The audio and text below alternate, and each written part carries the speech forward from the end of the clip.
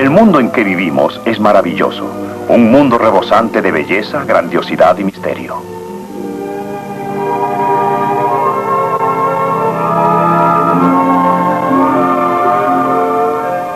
Sí, es un mundo maravilloso, pero quizás lo más maravilloso de todo sea el hombre mismo. Su cuerpo es un prodigio de eficiencia mecánica y adaptabilidad. Las máquinas que fabrica el hombre requieren lubricación externa, en tanto que el cuerpo crea para cada articulación el lubricante de la consistencia y en la cantidad adecuadas. El cuerpo dispone de una instalación química mucho más eficiente y compleja que cualquiera que haya erigido el hombre. Transforma los alimentos que comemos en carne, sangre, huesos, dientes y tiene su sistema calefactor. Un horno viviente al que le suministramos alimento diario como combustible. Conforme se oxida, se desprenden calor y energía para la máquina del cuerpo. Un termostato automático regula nuestros sistemas de calefacción y refrigeración, manteniendo nuestro cuerpo a la temperatura normal de 37 grados centígrados, excepto cuando se requiere una mayor para combatir una enfermedad. Más pasmoso todavía es el ojo humano. La cámara es el dispositivo mecánico que más se asemeja al ojo en muchos aspectos. Cualquier cámara, así sea una tan diminuta que quepa en el bolsillo, o una gigantesca como la que se usa para fotografiar el lanzamiento de un vehículo espacial, tiene una lente similar en diseño y funcionamiento al cristalino del ojo humano. Cuando una lente se afoca sobre un objeto a una distancia dada y esa distancia se cambia, el objeto se vuelve borroso y la lente debe volverse a afocar a la nueva distancia. En la cámara, este afoque debe hacerse manualmente, pero en el ojo es automático. Potentes músculos cambian el foco miles de veces al día sin que lo pensemos siquiera. Pero las fotografías que nos da el ojo no están en blanco y negro, sino a colores. Y no son fijas, sino que se mueven. Y tampoco son mudas, sino sonoras.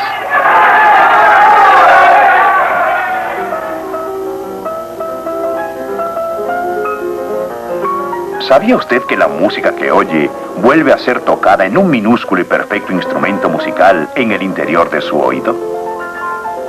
Creemos que el sonido es producido por el piano, y en cierto modo así es, aunque en realidad el piano es tan silencioso como una tumba y simplemente produce vibraciones en el aire.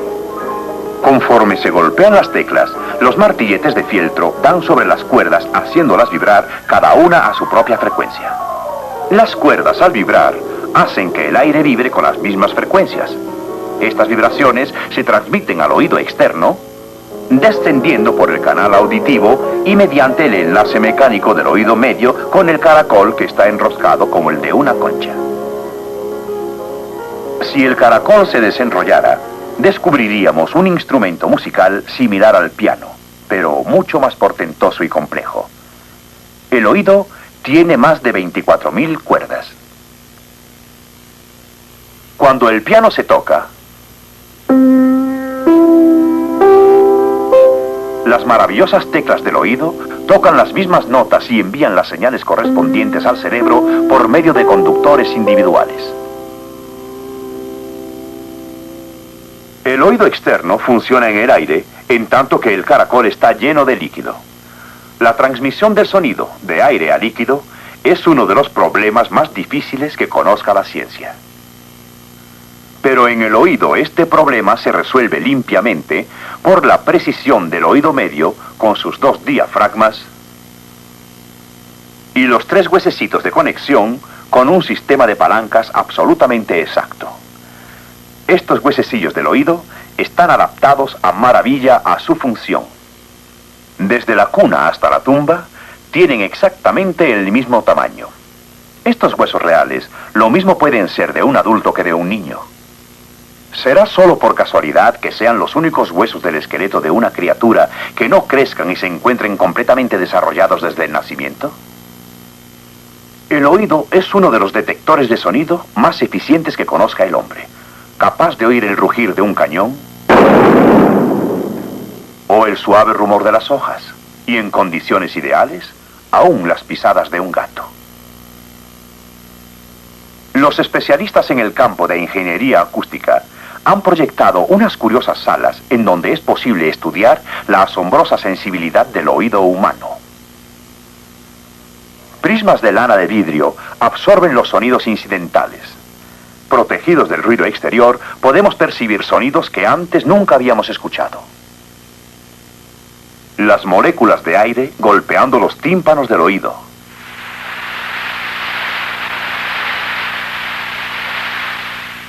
El corazón latiendo contra las costillas. ¿Ha visto alguna vez latir un corazón humano viviente? Este maravilloso instrumento bombea 6 litros de sangre a través de cientos de miles de kilómetros de vasos sanguíneos cada minuto.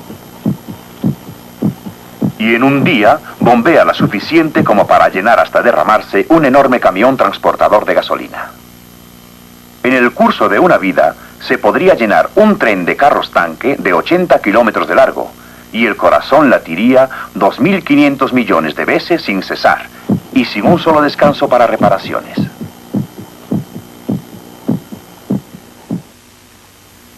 ¿Se han preguntado alguna vez qué hay en el interior del cerebro de una paloma mensajera? En alguna parte de su diminuta cabeza se encierra un secreto que nadie ha descifrado. Secreto que le permite remontarse en el aire a gran distancia de su hogar, dar varias vueltas para orientarse de manera misteriosa y luego volar sin titubeos a su hogar, atravesando muchos kilómetros de territorios desconocidos. Tan pronto como los pichones pueden volar, se les permite salir del palomar para vuelos de adiestramiento diarios. Debido a esta extraña habilidad, la cría de la paloma mensajera se ha vuelto muy popular. Como a los atletas, se les debe adiestrar para que adquieran mayor velocidad y resistencia a través de semanas de extenuante ejercicio. Por último, la carrera de 800 kilómetros. Al despuntar la aurora, la carrera clásica de las palomas mensajeras comienza al echar a volar miles de expertos pilotos. Nadie enseñó a estas aves el camino a casa. Nadie les mostró jamás el sendero a seguir. Sin embargo, inequívocamente extienden sus alas a través de cientos de kilómetros de ruta desconocida y puede predecirse casi exactamente el momento de su llegada.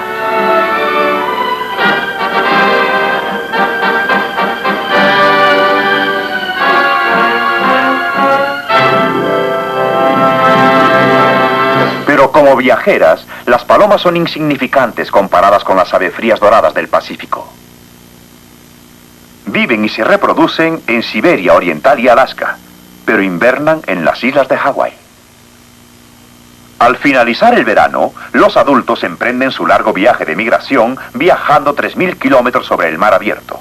Sin detenerse para comer o descansar, vuelan infaliblemente a estas diminutas islitas en la vastedad del Pacífico. Al pichón se le deja en casa, es demasiado joven para el viaje. Pero varias semanas más tarde, tan pronto como puede volar, siente la imperiosa necesidad de emigrar y sale rumbo a una meta que jamás ha visto. Para alcanzarla, deberá volar 3.000 kilómetros de ruta ciega que nunca ha cruzado. Las aves que lo acompañan tampoco pueden guiarlo.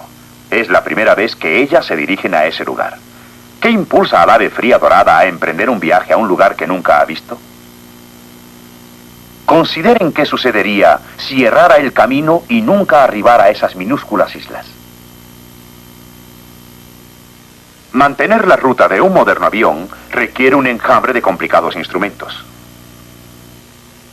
así como toneladas de equipo y un pequeño ejército de hombres sumamente especializados sembrado a lo largo de su ruta.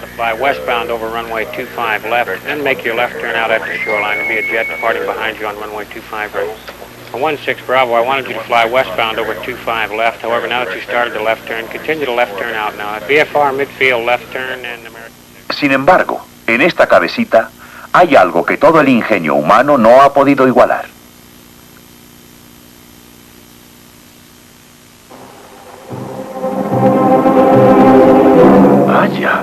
¿Esto qué es? ¿Una pesadilla? Bien podría serlo si soñara con murciélagos. El murciélago es una misteriosa criatura, el único mamífero que vuela. Como los demás mamíferos, es vivíparo y amamanta a sus pequeños. Esta es una región típica de murciélagos. Solamente un murciélago se sentiría aquí como en su casa. Los alquileres son baratos y los departamentos fáciles de encontrar. Esto es para los murciélagos. Los científicos han pasado largas horas buscando escondrijos de murciélagos. Su interés principal se cifra en la notable facilidad con la que el murciélago vuela. Nuestro cazador oficial de murciélagos entra en acción para suministrarle al laboratorio varios ejemplares con los que hacer estudios.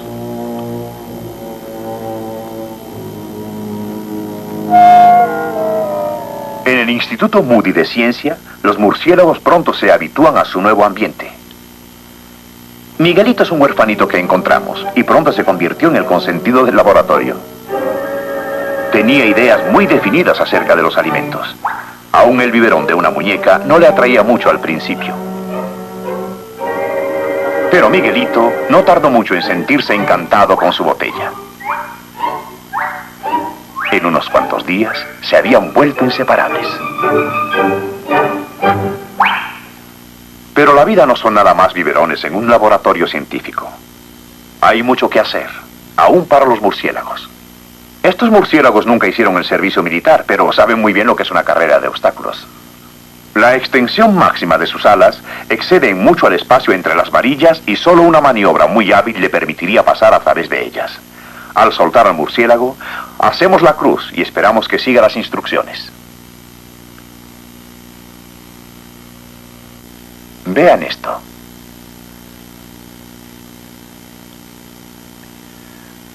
Los murciélagos no son ciegos. Tienen ojos y pueden ver. Pero en su capacidad visual no reside la clave de su habilidad para evitar obstáculos. Para demostrarlo, lo vendaremos y someteremos a otra prueba. Vendado, vuelve a pasar entre las varillas tan hábilmente como antes. Pero, ¿cómo lo logra? La ciencia sabe que los murciélagos emiten extraños chillidos durante su vuelo. No pueden ser registrados por un micrófono ordinario. Sobrepasan la escala del oído humano. Pero un amplificador muy especial de alta frecuencia, sincronizado a 32.000 ciclos por segundo para este murciélago en particular, transforma los sonidos inaudibles en sonidos audibles. Los oídos del murciélago son extremadamente sensibles a los sonidos ultraagudos, y entonces surgió la pregunta: ¿los sonidos que emite el murciélago pueden guiarlo en su vuelo? Bueno, atemos el hocico del murciélago a fin de que no pueda emitir esos sonidos y veamos qué sucede.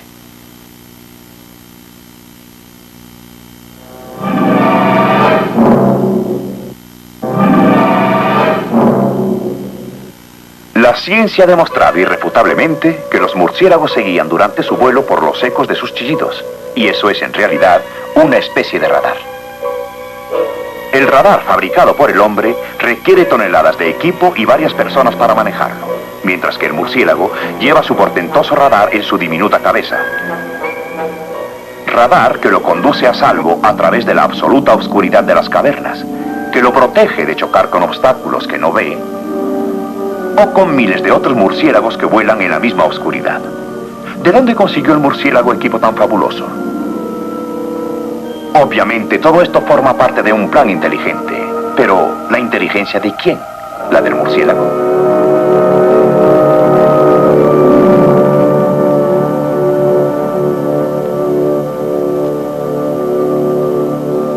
Si visitamos las playas del sur de California, ciertas tardes de primavera y verano, las encontraremos atestadas de fogatas. Pero las personas que las rodean no han venido precisamente a descansar.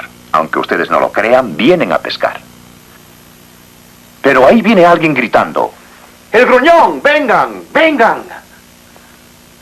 Y ahí están practicando el deporte más extraño del mundo. Pero un momento, ¿dónde está la caña de pescar? No se puede pescar sin anzuelo o redes o... ¿O se podrá?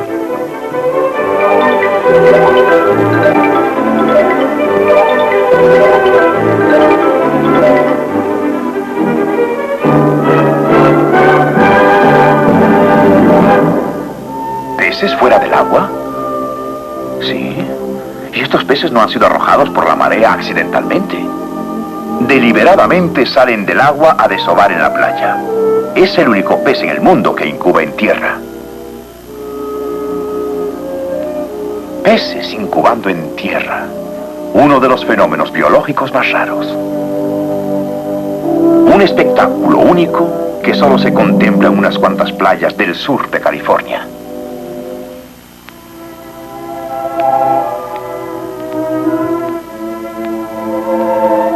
La hembra cava en la arena, se introduce de cola y desova. Una vez que han sido fertilizados, empieza una desesperada lucha por la existencia. Si pierde la próxima ola, tendrá pocas esperanzas de sobrevivir.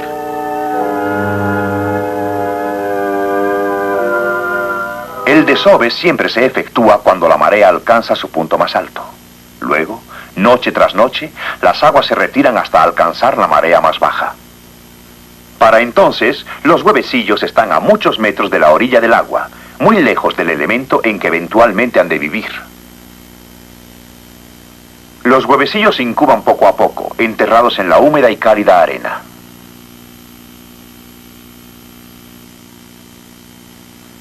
En el departamento microfotográfico del laboratorio, se sigue bajo el microscopio el desarrollo embrionario que normalmente ocurre bajo la arena. Estos huevecillos fueron fertilizados hace solo unos segundos. Ahora vamos a preparar uno para su observación.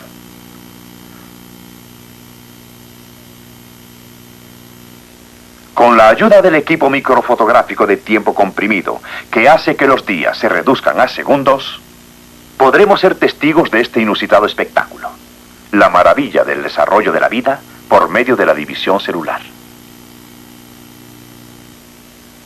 Los primeros leves pulsos de vida se ven cuando la capa blastodérmica que vemos en el círculo se divide en dos células diferentes.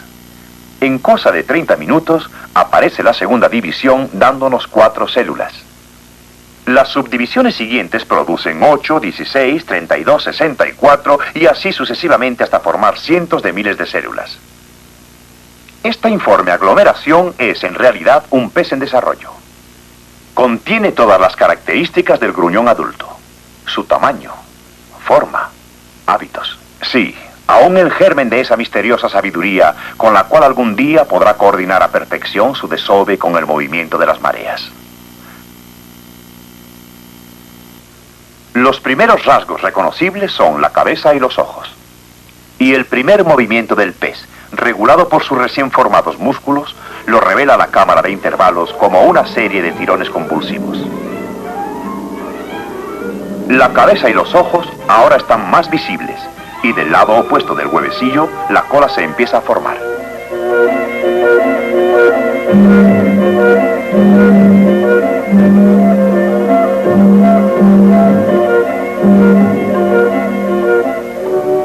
En esta etapa de su desarrollo, el pez embrionario tiene 4 días.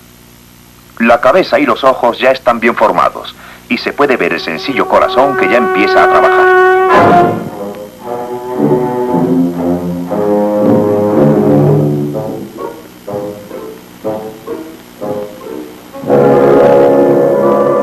Tras 8 a 10 días, el embrión está listo para salir del cascarón.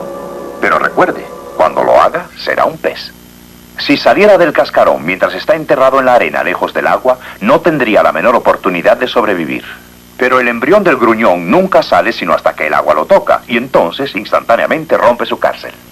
Los huevecillos pueden quedar enterrados en la arena durante semanas o meses sin que salgan los pececitos.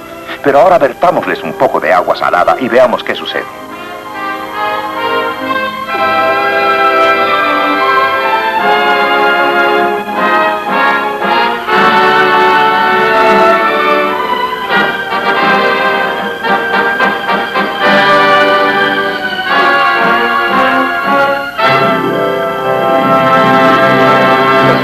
Este misterioso fenómeno de incubación está definitivamente relacionado con el movimiento de las mareas, al igual que el desove.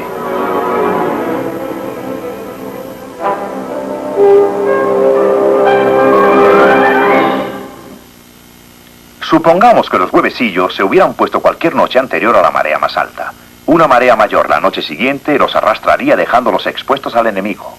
O si desovaran en una noche muy alejada de la marea máxima, serían arrastrados por la marea creciente unas cuantas noches después sin que tuvieran la oportunidad de desarrollarse completamente. En realidad, solo existen unas cuantas noches en las que el gruñón pueda desovar con éxito. Durante la pleamar o en las primeras noches después de ella. Y debe escoger no solamente la noche adecuada, sino también la hora exacta de esa noche. Aun cuando pusiera sus huevecillos la noche adecuada, pero mientras la marea está todavía subiendo, las aguas los arrastrarían. O si esperara demasiado tiempo después de la pleamar y desovara durante el descenso de la marea, los huevecillos serían arrastrados y destruidos por la marea del día siguiente. Solamente durante esta hora mágica pueden ser colocados los huevecillos en la arena para que se desarrollen a salvo. Ningún capitán puede conducir su embarcación sin un conocimiento de las mareas. Pero el gruñón posee un conocimiento mucho más profundo de las mareas que el marinero más experimentado y puede aprovecharse de las mareas en propio beneficio para preservar su vida y la de su especie.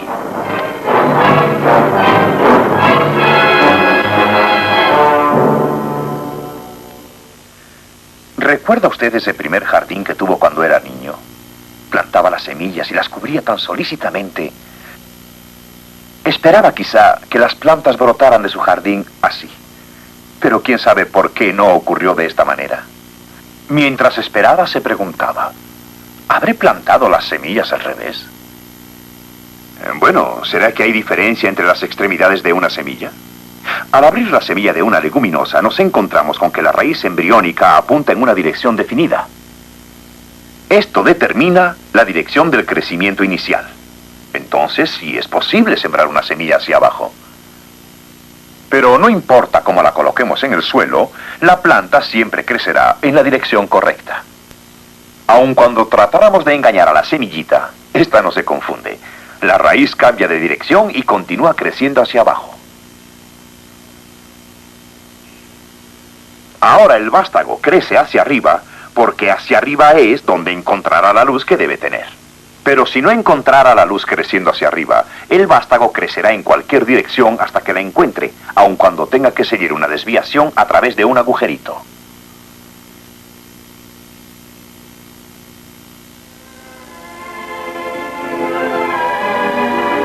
¿Se han puesto a considerar alguna vez las fuerzas que intervienen en un solo árbol?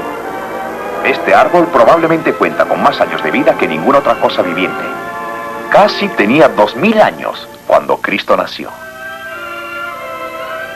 Durante 3800 años, este árbol ha estado subiendo por lo menos 10 toneladas de agua al día hasta la copa, lo que representa un trabajo equivalente a más de 1.300.000 millones de kilogramos.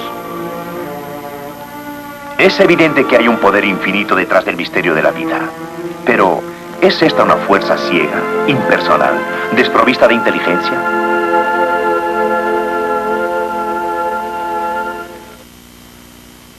Bien, se habrá puesto a pensar. No se turbe por eso. Al contrario. De vez en cuando es bueno ponerse a pensar, ¿de dónde vine? ¿Por qué estoy aquí? Cuando muera, ¿para dónde iré? Hablando sobre nuestro origen, sin duda se habrá formado opinión de su procedencia. Ahora me permitirá que suponga que usted nunca ha visto ni oído hablar de un reloj. Y una vez se encuentra de pronto uno.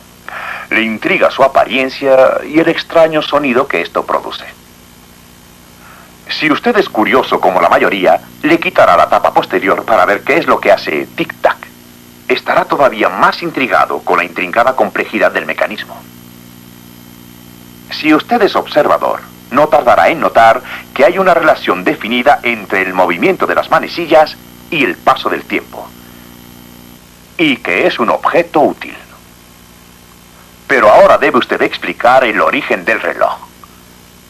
Podría lanzar la teoría de que el reloj se apareció especialmente si tratara de convencerse que no tiene dueño.